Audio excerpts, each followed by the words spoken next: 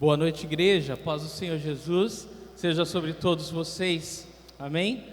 É uma alegria podermos nos reunir no santo nome do nosso Salvador para adorá-lo, não é? Cantar louvores que falam da verdade que Ele é para nós. E queridos, quando nós ouvimos o som, o coro das vozes dos santos adorando o Salvador, não há nada mais poderoso, não há nada mais poderoso. Não há dúvidas que o céu se alegra, não há dúvidas de que o inferno treme, querido. É muito bom, é muito poderoso quando nós estamos juntos, podemos adorar o nosso Deus, podemos estar ao redor da palavra dele, do verbo vivo, do verbo vivo, que é o próprio Senhor Jesus Cristo. Então, abra seu coração para aquilo que o Senhor tem para ministrar, para falar com você essa noite. Amém? Abra sua Bíblia no livro de Hebreus. Nós daremos continuidade ao estudo da carta aos Hebreus essa noite, iniciando o capítulo 2. Na semana passada terminamos o capítulo 1 e falamos sobre a superioridade de Jesus em relação aos anjos. Vocês sabem que havia naquela comunidade de judeus messiânicos, judeus cristãos, essa pressão para que eles pudessem venerar anjos, pudessem dar aos anjos honra e glória. E eles não olhavam, não queriam ver Jesus como Deus, como Senhor. Para eles era apenas um simples homem. Enquanto os anjos traziam mensagem de Deus, enquanto os anjos participaram na entrega da lei, como nós vimos semana passada. E aí, então, o autor de Hebreus ele tem que recorrer ao Antigo Testamento, à palavra de Deus, e ele traz 7 afirmações categóricas. Nós vimos isso a semana passada. Encorajo você que perdeu a ouvir ao estudo sobre Jesus ser maior que os anjos. Então ele fala: Jesus ele é filho, a nenhum anjo Deus Pai chama de filho. Jesus ele é servido pelos anjos, ele é adorado pelos anjos. Jesus ele é ungido, ele é rei, ele é aquele que se assentou à destra do Pai nas alturas. E tudo isso ele usou versículos do Antigo Testamento para justificar a superioridade de Jesus em relação aos anjos. E como a sessão, essa primeira grande sessão das 5 do livro de Hebreus, a superioridade de Jesus em relação aos anjos, ela ocupou o primeiro e o segundo capítulos. Nós vamos continuar hoje dentro desse mesmo tema, superioridade de Jesus em relação aos anjos, mas hoje agora no capítulo 2 ele fala de uma nova sessão dentro dessa grande sessão. Ele vai falar agora o que nós devemos fazer em relação a essa superioridade de Jesus.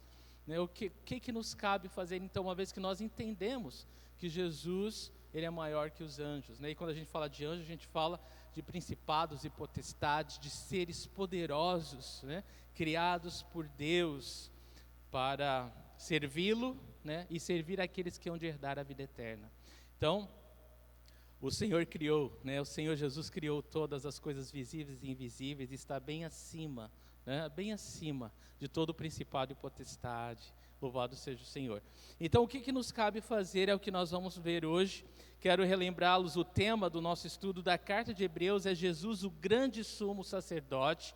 E o versículo-chave desse estudo que nós estamos fazendo através do livro de Hebreus é Hebreus capítulo 11, versículo 1. Ora, a fé é a certeza daquilo que esperamos e a prova das coisas que não vemos. Então, a parte 2, Jesus é superior aos anjos. Lembrando que a semana passada nós vimos a afirmação, capítulo 1, versículos de 4 a 14. A afirmação, Jesus é superior aos anjos. Hoje nós vamos ver a segunda parte, que é exortação, é o que nós devemos fazer em relação a essa verdade, Jesus superior aos anjos. Então, exortação, nós vamos ver hoje, versículos de 1 a 4 do capítulo 2. E por último nós veremos, eu gostaria de fazer as 2 sessões hoje, mas não dá, não vai rolar, não tem como, é muita coisa. E a terceira parte será Hebreus capítulo 2, versículos de 5 a 18, que é a explicação. A explicação é como Jesus, sendo homem, pode ser superior aos anjos que são espíritos, tá? Então, esse é o fechamento do autor em relação a essa grande sessão, que é a superioridade de Jesus em relação aos anjos. Queridos, como subtema desse grande tema, se você gosta de anotar, nós vamos falar hoje a respeito. Obedeçam a Jesus e não se afastem. Obedeçam a Jesus e não se afastem. Essa é a exortação de hoje. Hebreus capítulo 2, versículos de 1 a 4. Vamos ler juntos? Hebreus 2, de 1 a 4.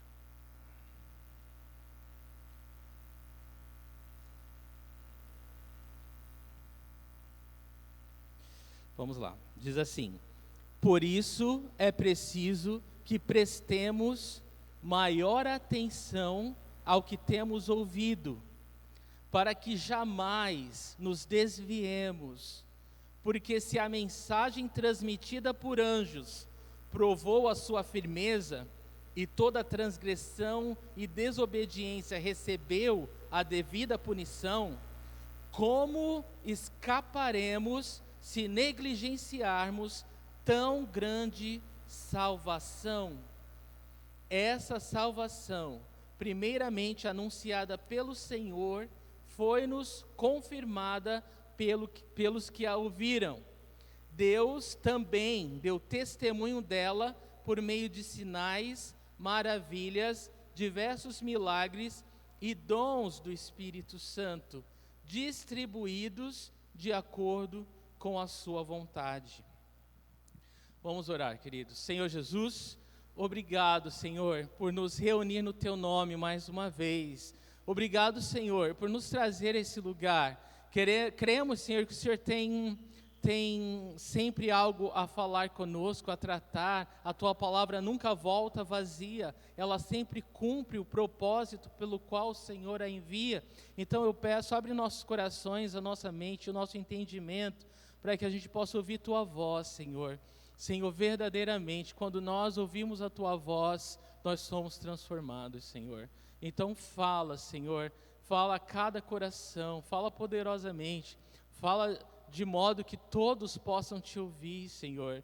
Repreenda a preocupação, a ansiedade, Senhor, qualquer distração do nosso meio, e seja glorificado, Senhor.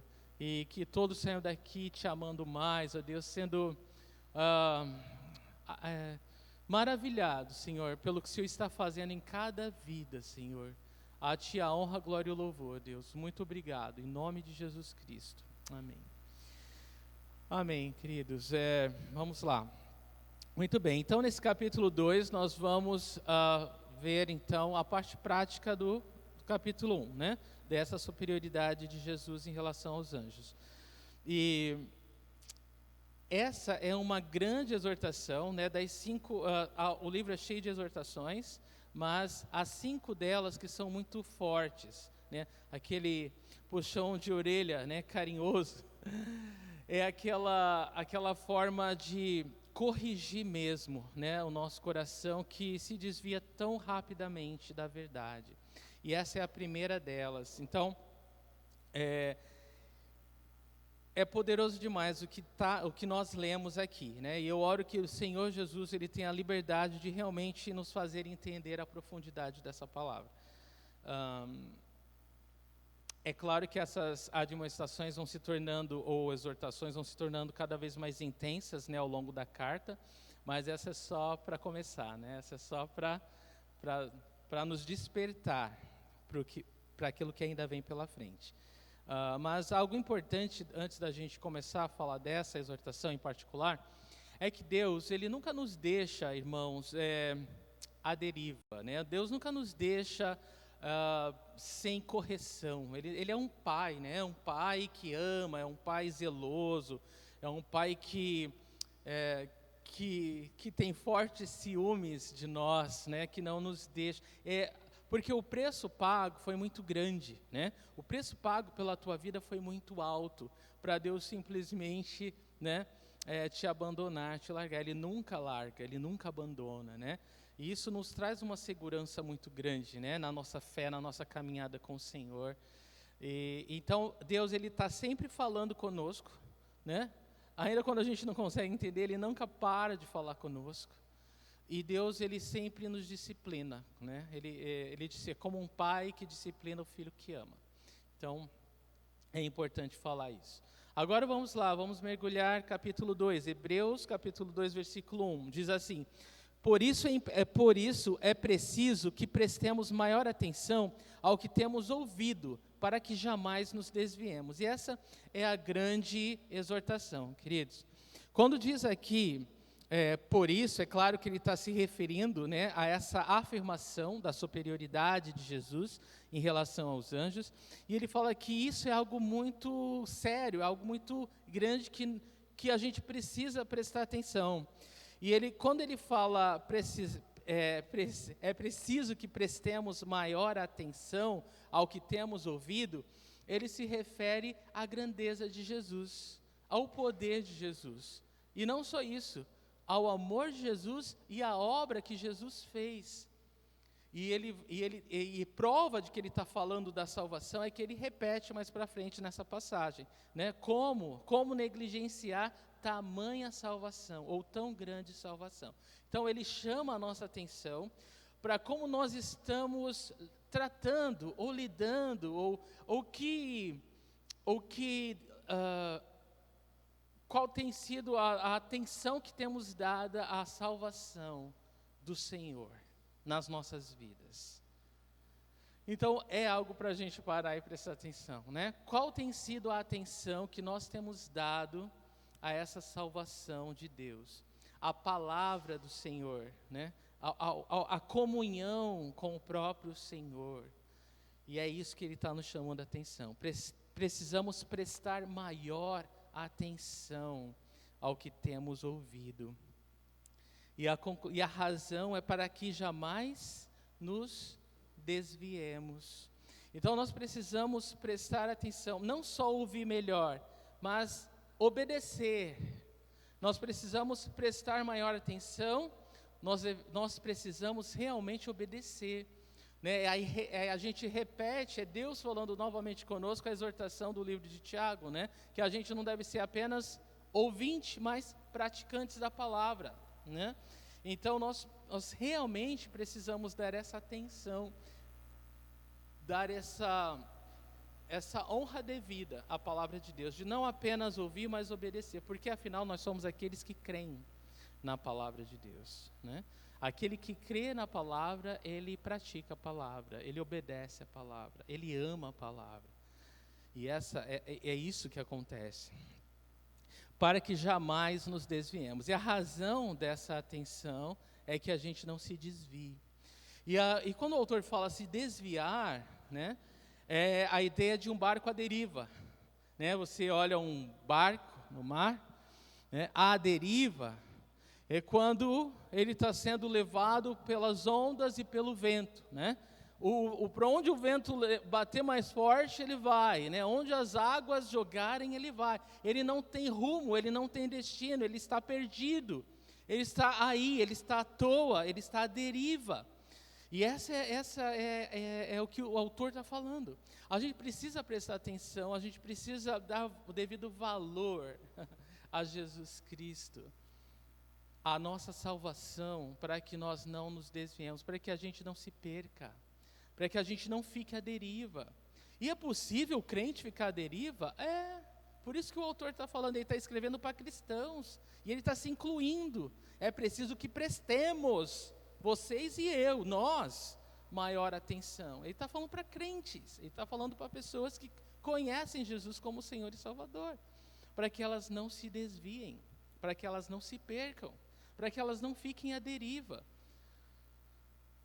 jogadas de um lado para o outro, sem rumo, sem direção, sem saber o que fazer da vida, irmãos. E o que está acontecendo? A pior coisa é um crente perdido, né? Porque aquele que não conhece a Jesus, a gente sabe que ele já está por natureza perdido. Mas o crente perdido é de lamentar grandemente. Então o autor está tão preocupado que ele fala, isso não pode acontecer. Mas para que isso não aconteça, nós devemos dar maior atenção à nossa salvação. Nós devemos dar o valor devido à pessoa de Jesus Cristo nas nossas vidas.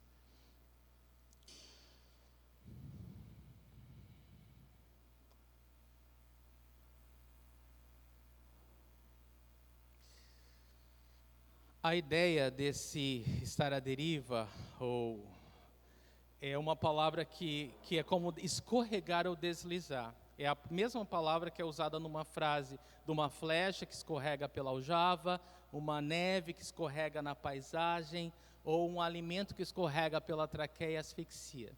Alguma coisa que flui naturalmente, que não precisa de força para acontecer. Prestem atenção nisso. A ideia dessa palavra, desse escorregar, deslizar, se desviar, se afastar, é simplesmente uma ação natural. Então, para e pensa, gente. Então, quer dizer que para nós nos desviarmos, o que é preciso fazer para nós nos desviarmos? Sabe qual é a resposta para essa pergunta? Nada. Para nos desviarmos, basta não fazermos nada. É algo natural. É algo que simplesmente acontece. É por isso que o autor ele está exortando, ele está nos dando uma palavra que nos faça pensar, né? Uma palavra de ânimo que nos faça atentar para aquilo que está acontecendo na nossa vida agora. Porque se para nós nos desviarmos, basta não fazermos nada. Então, nós não queremos nos perder, né? Nós não queremos estar à toa, nós não queremos estar sem rumo, impelidos pelas circunstâncias da vida, ou pelas palavras de homens, ou pelas diversas dificuldades que nos atingem. Nós não queremos ser lançados de um lado por outro, deixar as emoções nos dominarem e deixa a vida me levar, né? Totalmente sem saber o que está fazendo, para onde vai, o que está acontecendo. Para isso não acontecer, irmãos, o autor está nos dizendo que nós precisamos atentar às palavras de Jesus. Nós devemos nos aproximar de Jesus, nós devemos obedecer Jesus. Nós precisamos ter um relacionamento cada vez mais íntimo com Jesus. Então, para que a gente não se desvie, para que a gente não se afaste, para que a gente não se perca, a única saída, a única solução é fazermos alguma coisa. E esse fazer alguma coisa é crer, é fazer alguma coisa, é estar na palavra, é meditar na palavra, estudar a palavra. E quando a gente falar da palavra negligenciar, a gente vai falar um pouco mais sobre isso. O que fazer, né? Como pôr em prática esse crer, como colocar em prática esse fazer algo para não se desviar. Mas é isso, irmãos, é estar na palavra, é estar em oração, é estar em comunhão, é não negligenciar o que Deus tem nos dado para nos fortalecer espiritualmente. Então quer dizer que o natural é se perder, sem dúvida. O natural para nós é estar à deriva. Mas o sobrenatural, que é possível ao que crê, é estar na palavra, é estar em oração, é estar em comunhão. Esse é o sobrenatural. É isso que o mundo está procurando. É isso que diferencia, irmãos. Porque se está em Cristo, né, se conhecer a Cristo fosse alguma coisa natural, não teria muita coisa diferente do mundo. Mas a nossa vida, ela é sobrenatural, irmãos. Nós temos o Espírito Santo de Deus, que é o próprio Senhor habitando dentro de nós, falando conosco, nos guiando na verdade. E todas as promessas de Deus são sobre as nossas vidas. Nós temos algo sobrenatural sobre nós que não dá para ignorarmos, que não dá para fazer de conta que não existe. Depois que você conhece Jesus, não adianta, você é outra pessoa. Você nunca mais vai ser o mesmo, porque você conhece a verdade agora. Então, só nos resta nos aproximar mais, abraçar essa verdade, viver essa verdade intensamente. Esse é o plano de Deus para nós, salvos em Cristo Jesus. E é isso que o autor vai expor com todo o coração, para que os seus leitores entendam isso. Sua vida não é mais sua. Sua vida não é mais sua. Sua vida não é mais sua. Sua vida é de Jesus agora. Ele é o dono desse barco. É Ele que deve controlar esse barco. para que esse barco não fique à deriva. Então é isso, irmãos. Para se desviar, basta fazer nada. Mas para a gente continuar no rumo, né? Para suportar a correnteza dessa vida, né? A correnteza da nossa carne, a correnteza do mundo, a correnteza do diabo, nós precisamos entregar a direção desse barco da nossa vida nas mãos de Jesus. Tem que entregar, tem que confiar, tem que orar, tem que falar, Senhor, é tua, e realmente entregar e confiar, se agarrar às promessas de Deus, não abrir mão delas, independente do que aconteça, independente do que você veja, independente do que você ouça. Você deve confiar, escolher confiar, que a sua vida agora está nas mãos do Senhor. Ele vai guiar a sua vida. Então a gente precisa viver isso, irmãos. Me vem à mente a palavra de Paulo ao carcereiro em Atos 16, versículo 30. Lembra quando o carcereiro falou para Paulo: o que eu preciso fazer para ser salvo? E Paulo fala para ele: crê no Senhor Jesus e será salvo tu e tua casa. Ele estava falando, vai ser salvo você e sua casa, não porque você é salvo e eles são salvos automaticamente, mas com a ideia de que o homem é o cabeça da casa, né, o líder, e a família vai seguir o líder, e eles vão crer em Jesus, né? Mas eu fico pensando, a pergunta para a salvação é crer, e para se desviar é não fazer nada. Então creia, você vai ter que colocar a sua fé em prática. Então, em outras palavras, né, resumindo isso, se você é crente, nascido de novo, se Jesus é teu Senhor e teu Salvador, você vai crer todos os dias. Você vai precisar pôr a sua fé em prática todos os dias. Você vai ter que exercitar a sua fé, porque se nós não exercitarmos a nossa fé, nós vamos nos desviar, nós vamos deslizar. Esse é o natural, é isso que vai acontecer. Se você não tiver um relacionamento diário com Jesus, Jesus vai se tornar cada vez mais uma pessoa distante, estranha para você. Não porque Ele vai te deixar, Ele nunca te deixa. Nunca, Ele prometeu e nunca vai te deixar. Mas você vai senti-lo longe. Por quê? Porque você está cheio de outras coisas, cheio de preocupações, cheio de si mesmo, cheio de problemas, cheio de coisas que você está colocando diante dos olhos, coisas que você está colocando diante dos ouvidos.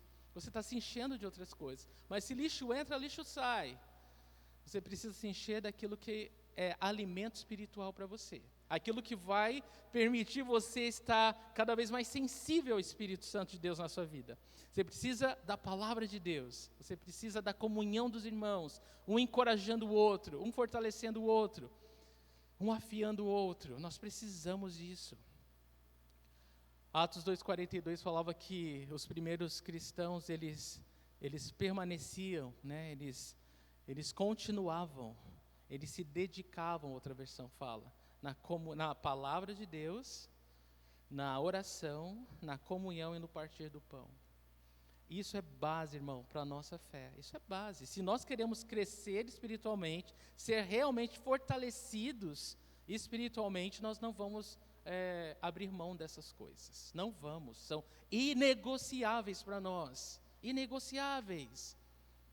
E é por isso que essa exortação ela é tão poderosa. E ela é só a primeira, né? Ou nós entendemos isso, ou nós vamos nos perder. Ou nós entendemos de uma vez por todas que a palavra de Deus, a oração, a comunhão, o partir do pão são inegociáveis em nossas vidas, ou nós vamos nos perder. É inevitável, é inevitável. Pode acontecer comigo, pode acontecer com qualquer um de nós, tá bom? Thomas Griffiths, um teólogo, ele disse que a proteção contra a deriva é ter Cristo como âncora e leme da vida. A âncora nos prenderá à verdade, enquanto o leme nos guiará pela verdade. Então, renda a sua vida ao controle de Jesus Cristo e você vai ser feliz, né? E você vai ser alguém espiritualmente fortalecido. Mais adiante no livro de Hebreus, no capítulo 6, versículo 19, o autor ele vai usar a figura da âncora como uma ilustração das promessas de Deus nas nossas vidas. Então, toda a palavra de Deus, todas as promessas de Deus nas nossas vidas são como âncoras para nós, que nos mantém firmes, estáveis, que não nos deixa nos abalar com as ondas, né? Com as dificuldades, com as lutas. As promessas de Deus nas nossas vidas são como essa âncora, que nos mantém firmes, independente do que está acontecendo à nossa volta. E nós precisamos estar com o coração nessas promessas, irmãos.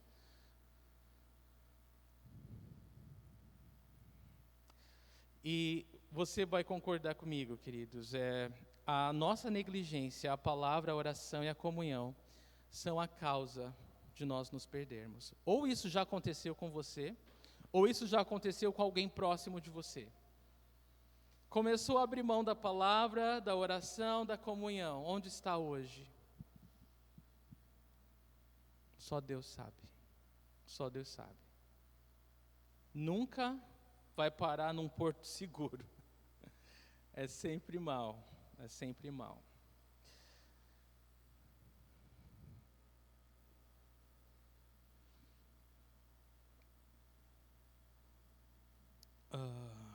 E é importante a gente lembrar, queridos, que ainda nessa ideia da âncora, que se nós não estamos nessas promessas, ou na palavra de Deus, ou nessas coisas que nos promovem crescimento espiritual, a gente precisa entender que nós é que estamos nos movendo, né? E não a âncora, né? E não é a âncora. Jesus, ele nunca quer que a gente quebre a cara, né? Mas se nós o negligenciarmos, fatalmente isso vai acontecer com a gente. Quando eu falo quebrar a cara, é a gente sofrer desnecessariamente, né? Passar por situações em que a gente não vai ter estrutura, né? Espiritual, emocional, física, para superar aquelas dificuldades, né?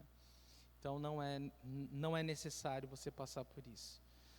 Agora vamos para o versículo número 2. Lá em Hebreus capítulo 2, versículo 2 diz lá: porque se a mensagem transmitida por anjos provou a sua firmeza, e toda a transgressão e desobediência recebeu a devida punição, ele vai completar a ideia no versículo 3, mas uma pausa por enquanto aqui. Entendendo o que ele falou no versículo 1, da importância da gente dar, né, atenção à palavra de Deus e às coisas que nos dão crescimento espiritual, Jesus, obedecer a palavra dele, relacionamento com ele, com o povo dele. No versículo 2 ele está falando, porque se a mensagem transmitida por anjos provou a sua firmeza, aí ele volta lá no capítulo 1, falando, olha, a lei de Deus, né, que foi trazida por intermédio de anjos, e você pode ler lá, em várias passagens, eu posso repetir para você, Atos capítulo 7, por exemplo, né, mostra claramente que na entrega da lei, lá de Deus para Moisés, anjos participaram. Ele está falando o seguinte, se essa mensagem transmitida por anjos provou sua firmeza, né?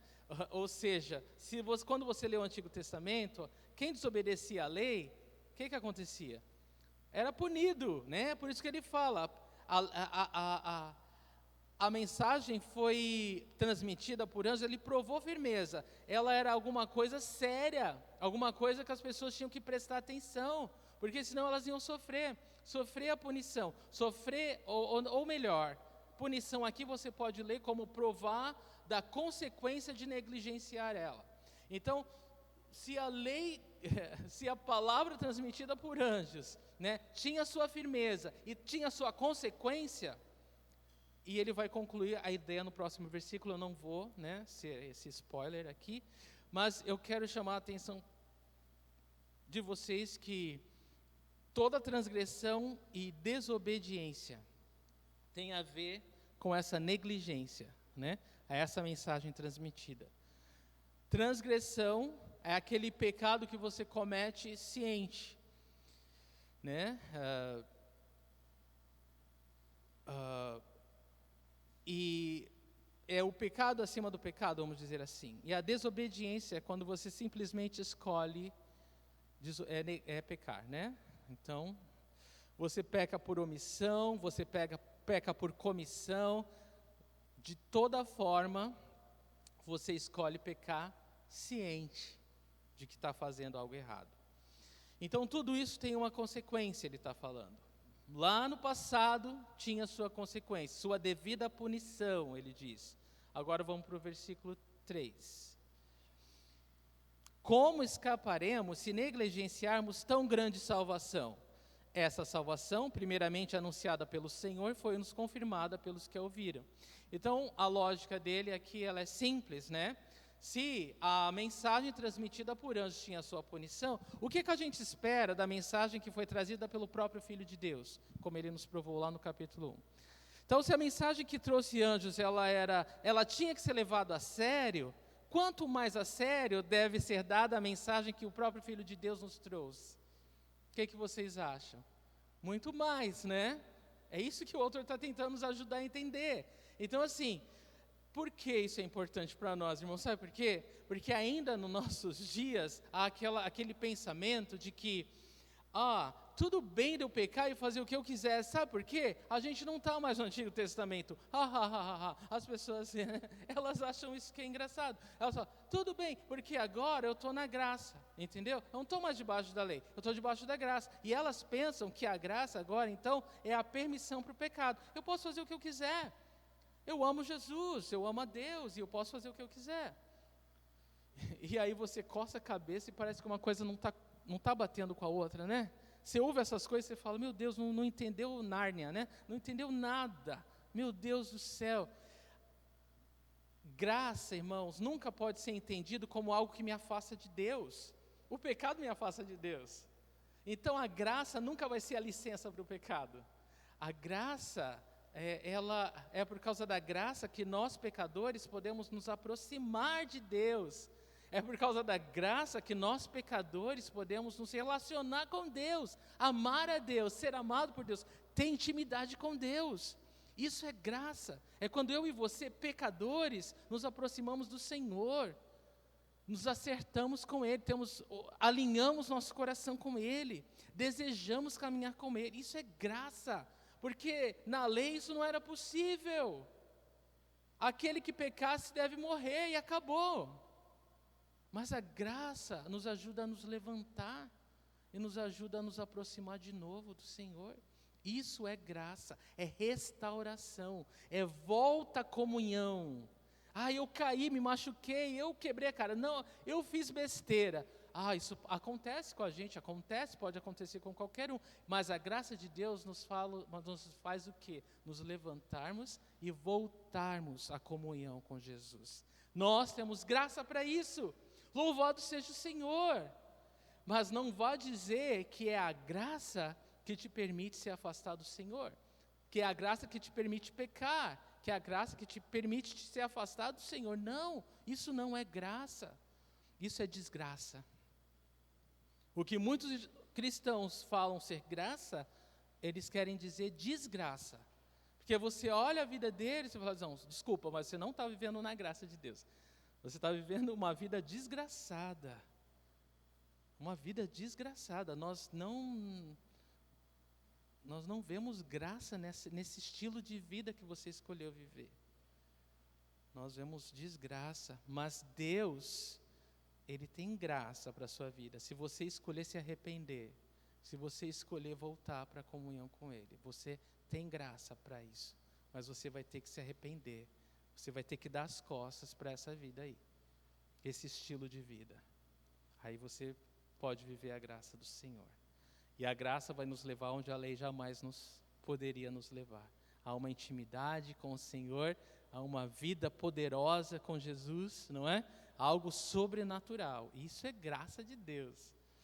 Amém, queridos? Isso é muito importante para nós entendermos, tá?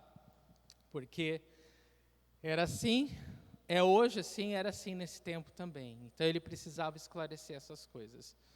Isso é muito importante. Tem uma historinha, é uma história de verdade. Um pastor estava pregando no culto, e ele estava falando sobre os pecados na vida dos santos, né, dos crentes, dos cristãos.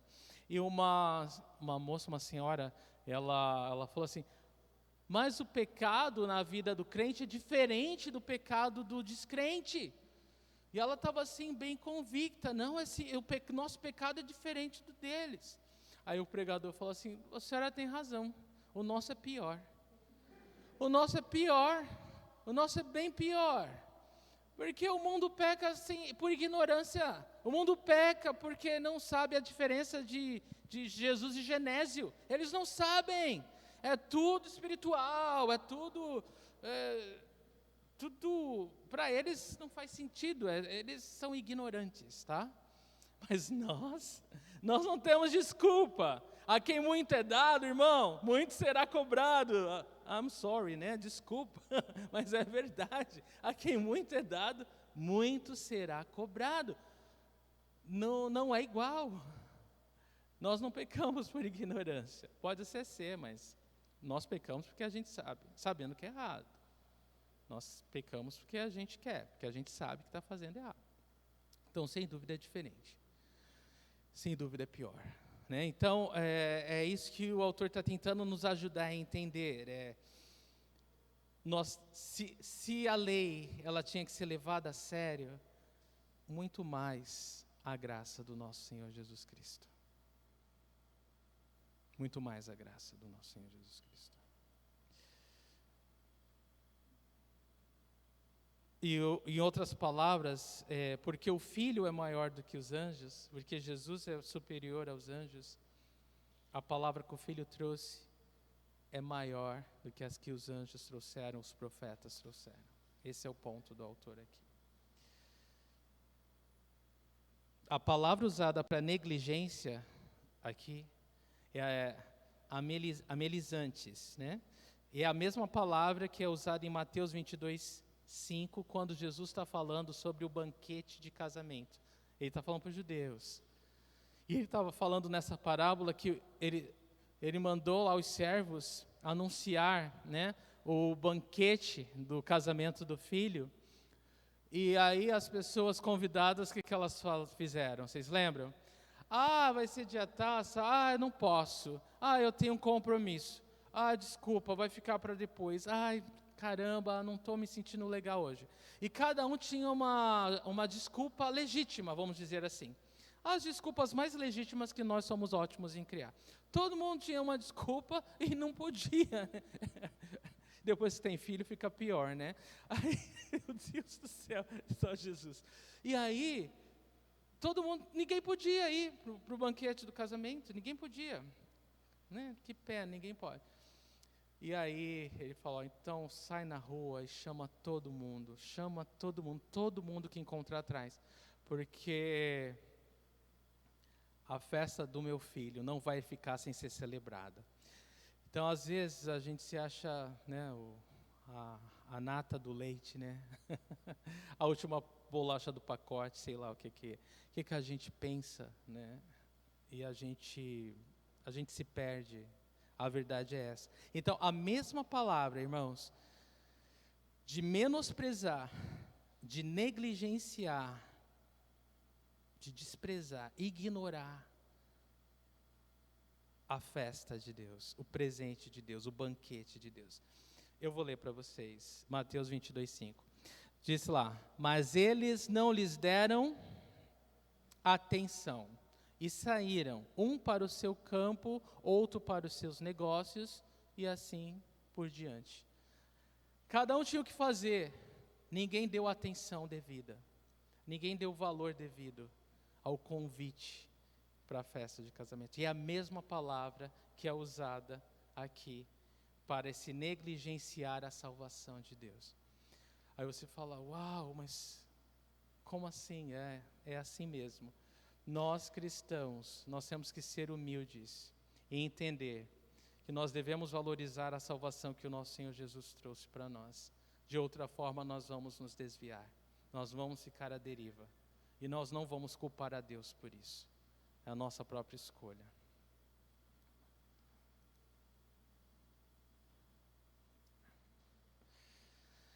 Muito bem, essa salvação que o Senhor nos trouxe, irmãos, eu quero enfatizar isso, ela é uma grande salvação. Se nós não entendermos que a salvação que Jesus nos trouxe, ela é grande, nós sempre vamos acabar nos desviando. Em outras palavras, é como se a gente não considerasse importante o suficiente, né? Então a gente sempre vai dar prioridade para aquilo que a gente acha importante ou para aquilo que a gente quer, não é? E quando a gente ignora ou despreza ou menospreza a salvação do Senhor, que é o que acontece quando a gente não valoriza, né, Jesus, a comunhão com Jesus e tal, nós estamos fazendo isso, né? Nós estamos simplesmente não considerando importante para nós. E nós acabamos nos perdendo. Esse teólogo Thomas Griffiths, ele falou mais o seguinte: a frase "tão grande salvação" é um lembrete impressionante do que Deus providenciou em Cristo. A palavra "tão" é semelhante ao exemplo na passagem familiar "Deus amou o mundo de tal maneira", João 3,16, e expressa uma profundidade insondável. Então, quando a gente lê aqui, como negligenciar tão grande salvação, né, você entende essa salvação tão grande, tão imensa, imensurável, como em João 3,16, que Deus amou o mundo de tal maneira, de uma maneira tão grande, de uma maneira tão especial, tão maravilhosa, que deu o seu Filho, para que todo que nele crê não morra, mas tenha vida eterna, né? Então, enquanto isso não for entendido como algo grande, o suficiente para mim e para você, nós não vamos dar a atenção devida. Nós vamos continuar vivendo como cristãos, como um barco à deriva. Não é importante o suficiente para me prender. Não é importante o suficiente para que eu me dedique, para que eu possa gastar tempo ou mais tempo do meu dia, seja em oração, seja na palavra, seja na comunhão, ou nas oportunidades de crescer espiritualmente. Simplesmente não é tão importante para nós assim, quanto aquela outra coisa que nós temos para fazer. Infelizmente. A nossa salvação, ela é grande, irmãos, e eu quero dizer para você, pelo menos por 3 razões. Primeiro, porque nós somos salvos por um grande Salvador. Nós somos salvos por Jesus, que é Deus encarnado. O Filho de Deus, né? Deus se fez carne para morrer no seu lugar. Então, a nossa salvação, ela é grande porque o nosso Salvador é grande. Então, valorizar a sua salvação é valorizar Jesus. Segunda razão, somos salvos por uma grande salvação. A nossa salvação, ela é grande porque nós somos salvos por um grande preço. Qual foi o preço da nossa salvação? O sangue de Jesus. Então, foi o sangue, né, puro e inocente do Filho de Deus que foi derramado para que você fosse salvo. Então, nós temos uma grande salvação. Ela é grande porque Jesus nos salvou, ela é grande porque foi o sangue de Jesus que foi derramado para nos salvar. E a nossa salvação é grande, terceira razão, porque nós somos salvos de uma grande penalidade. Sabe qual foi a penalidade que você foi salvo e eu fui salvo através de Jesus? Da morte eterna, irmãos.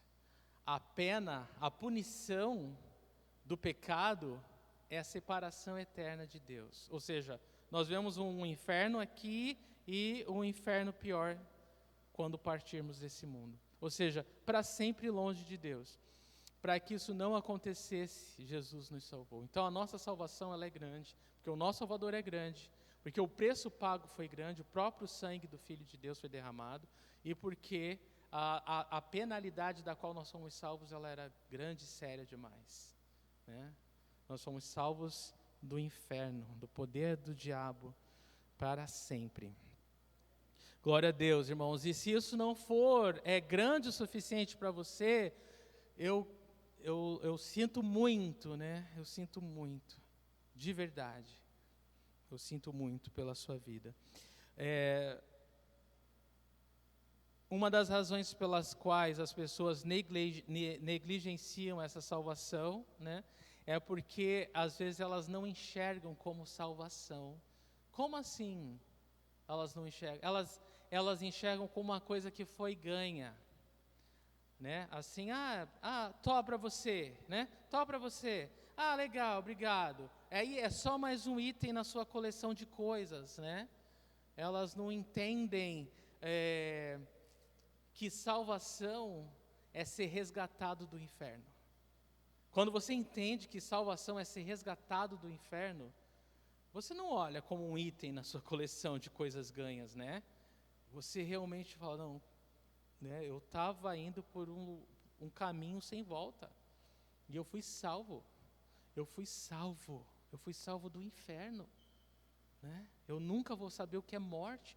Irmãos, você nunca vai saber o que é morte, porque Jesus venceu a morte por você. Sabe o que é isso? Não conhecer a morte, você não vai saber o que é morte. É fechar os olhinhos aqui e abrir na presença do Senhor. Quando eu falo isso para a Rebeca, sabe o que ela fala? Papai, para, estou emocionada. Papai, para, eu estou emocionada.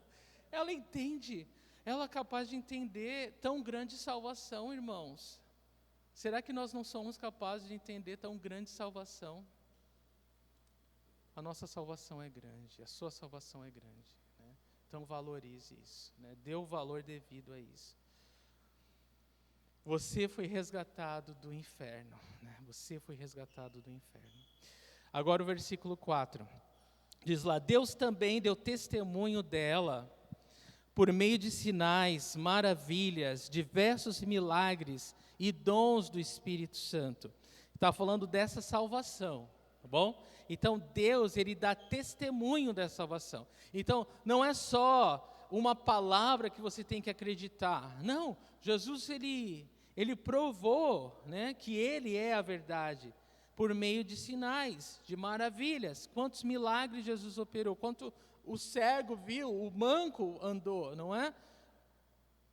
E tantos milagres aconteceram. O Lázaro que voltou da morte depois de 4 dias, né? A menina, a filha de Jairo, né, que já tinham dito que estava morta, apenas dorme, levanta. Jesus mostrou que Ele é quem Ele diz ser. Ele é o Salvador, Ele é o Filho de Deus. E essa salvação que Ele nos trouxe, não só Ele operou sinais, demonstrou essa palavra ser verdadeira por meio de sinais e maravilhas, diversos milagres e dons do Espírito Santo, como Ele também distribuiu de acordo com a vontade dEle, por meio do Espírito Santo. O Espírito Santo Ele deu a todos que creem em Jesus, dons espirituais. Dons espirituais. Talvez você não tenha o dom de operar um milagre, mas a Bíblia fala que esses sinais seguirão os que creem. Em meu nome falarão novas línguas, expulsarão demônios, milagres vão acontecer. Talvez você ainda não tenha ido onde Deus queira que você vá, para que você veja esses milagres acontecer. Mas esses sinais seguirão os que crerem. Mas isso é demonstração dessa grande salvação, né? Então, eu quero só falar lá em Romanos 12. Os dons do Espírito Santo são falados em 1 Coríntios 12, Romanos 12 e Efésios 4, mas eu quero fazer menção nesse momento apenas dos 7 dons ministeriais de Romanos 12, profecia, serviço, ensino, ânimo, contribuição, liderança e misericórdia. Eu quero refletir com vocês sobre isso. A profecia, ela anuncia a verdade. Quando nós lemos verdade, a gente está falando de Jesus, a gente está falando da palavra de Deus. Então, a profecia, ela anuncia a verdade. O servir representa a verdade. Você dá a oportunidade das pessoas verem na prática aquela verdade. O ensino esclarece a verdade. As pessoas, né, ganham luz e entendimento sobre essa verdade, sobre quem é Jesus. Dar ânimo expande a verdade, porque quando você dá ânimo a alguém para fazer o que não está fazendo, você está expandindo a verdade. Contribuir multiplica a verdade, liderança exemplifica a verdade e misericórdia revela a verdade. Quantas pessoas se sentem longe de Deus ou não abençoadas por Deus e através do dom da misericórdia, sentem as mãos de Deus, o afago de Deus, né? A importância que Deus dá a elas. Mas o que eu quero dizer a vocês, irmãos, é que todos esses dons, porque o Espírito Santo de Deus habita em você, você pode exercer. Você pode exercer. Profecia, falar a palavra de Deus com fé, servir, ensinar, nem que seja seus filhos com aquilo que você está aprendendo, nem que seja repassar o que você ouve aqui, animar alguém, contribuir, liderar alguém, nem que seja a sua própria família, misericórdia. Há tantas oportunidades da gente poder mostrar Jesus a esse mundo, de Deus poder se revelar ao mundo à nossa volta através da verdade, através da palavra, através dos dons do Espírito Santo.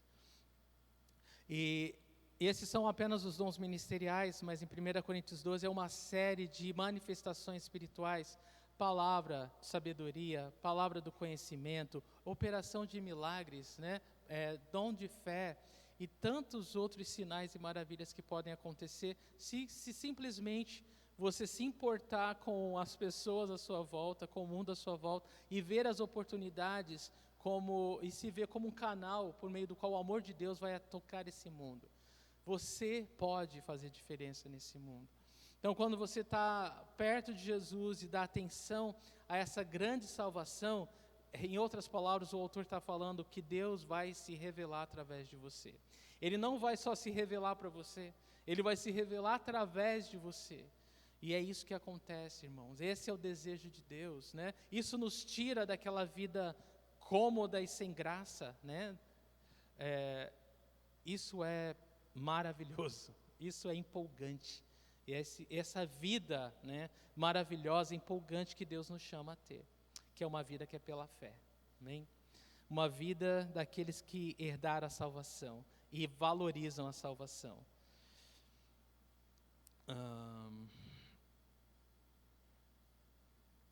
Uma coisa importante em relação aos dons do Espírito Santo, eles não podem ser produzidos, e eu sei que hoje em dia há muitos que tentam produzir os dons do Espírito, né? Mas eles não podem ser produzidos. Quando todo o fruto que é manufaturado pelo homem, ele é como aquela maçã, banana de plástico, né? Que tem lá na fruteira, em alguma casa, em cima da mesa, né? Parece de verdade, mas vai dar uma mordida ali, né? Gosto de plástico, né? É falso, né? É horrível, né? É horrível. E a gente sabe, né? Quando as pessoas elas veem os dons do Espírito Santo sendo produzidos pelo homem, aquilo é nojento, na verdade é nojento. Mas infelizmente é o outro extremo, né? Há aqueles que dizem que os dons do Espírito Santo não são para os dias de hoje. E isso os impedem de viver, né, a manifestação dessa palavra de uma forma tão mais profunda, infelizmente, né? Infelizmente.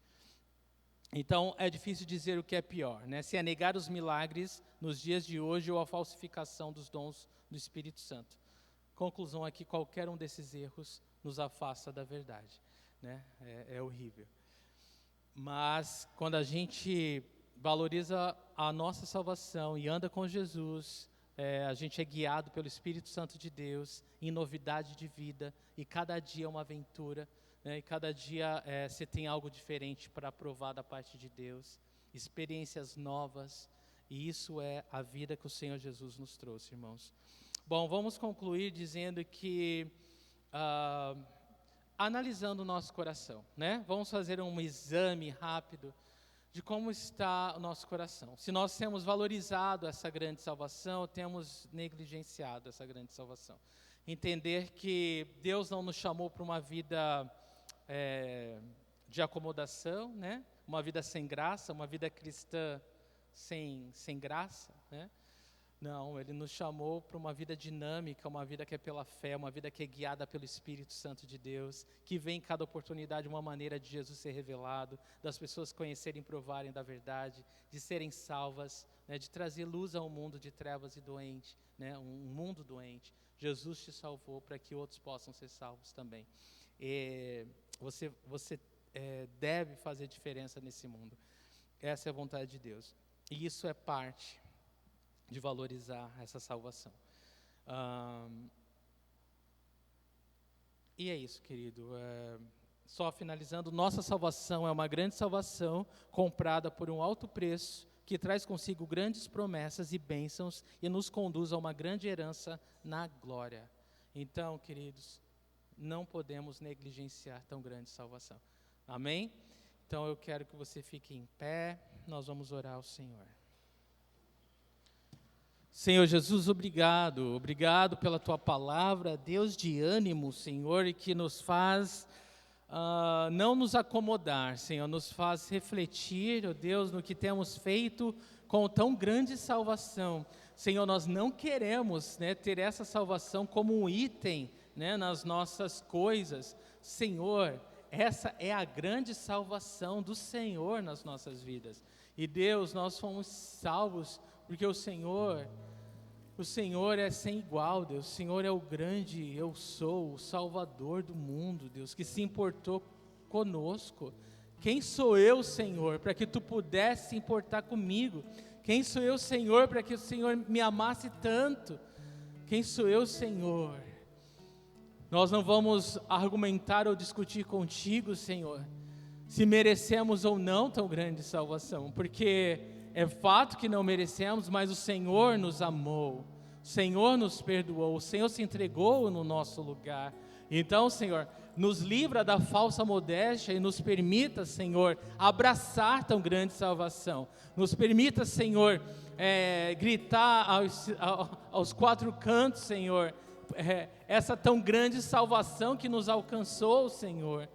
Senhor, o Teu amor nos alcançou, o Teu perdão, a Tua graça maravilhosa, Deus, nos permite ter comunhão com Deus vivo, Criador do universo, das galáxias, Senhor. O Senhor conhece cada estrela pelo nome, Senhor, e se importa com cada um de nós. O Senhor diz que de toda a criação, Senhor, nós somos as primícias, Senhor. Nós somos aquilo que o Senhor mais ama, ao ponto de dar o próprio Filho, de tomar o nosso lugar, Senhor. Senhor, eu oro, Deus, eu oro que para nós essa noite, a Tua salvação receba a honra e o valor devido, Senhor. Que a gente, Senhor, Te ame, Jesus. Que a gente se agarre à Tua palavra, Senhor, à Tua vontade, Senhor. Que a gente deseje Te seguir de perto, não de longe, Senhor. Que a gente, Deus, esteja aberto para o que o Senhor quer fazer em nós e através de nós, Senhor. Por favor, meu Deus, transforma as nossas vidas. Que a Tua palavra não volte vazia essa noite, Deus, mas cumpre o propósito pela qual o Senhor enviou, Deus. Que encontre em nós, Senhor, a dúvida não é nem na Tua palavra, Deus, mas é de se cada coração está recebendo, e eu oro por um milagre, Deus. Eu oro que o Senhor abra cada coração, cada entendimento, Deus, de uma maneira profunda. Que a gente possa se agarrar, Deus, a essa verdade, e que para nós isso seja claro o resgate, Deus, o resgate do inferno, o resgate, Deus, do poder das trevas, Senhor. Meu Deus, nos ajuda a valorizar isso, a celebrar a tão grande salvação todos os dias, Senhor. E traz de volta ao coração do Teu povo a alegria da salvação, Senhor. Que o Teu povo possa, Senhor, se alegrar e celebrar essa salvação hoje.